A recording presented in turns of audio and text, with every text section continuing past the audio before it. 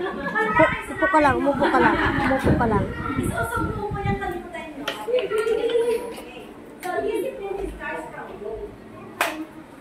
Kinig ka, teacher. Ano, kinig ka. Ito, kaya pa to. Bata pa to, mga 7 years old. Kaya pa yan. Ha? Mag-start po tayo ng disiplina.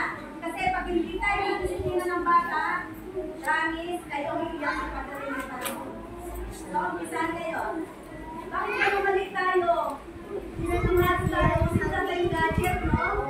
Sila? Wala tayong matuloy maglaro. Alita? Malalakas tayo. Kayo mahina ang bata. Kinig ka. Mag-disiplina din tayo. Okay? Kapag bata pa.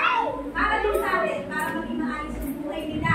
Kung mahanapin sila, sila rin para lumaki maayos. Opo. Attendance and punctuality. Sabi ko nga, wala naman ako problema sa attendance. Ilan talaga naman ako ma-attend kapag may sakit. So, hindi natin mag-uusapan. Ano kanina nagdala sila whiteboard? Mamaya bukas sa Lunes, bibili tayo sa Lunes. Ito, kahapon may sakit si Russell. Talagang takot siya kumabsent. Dahil ayaw daw niya mawala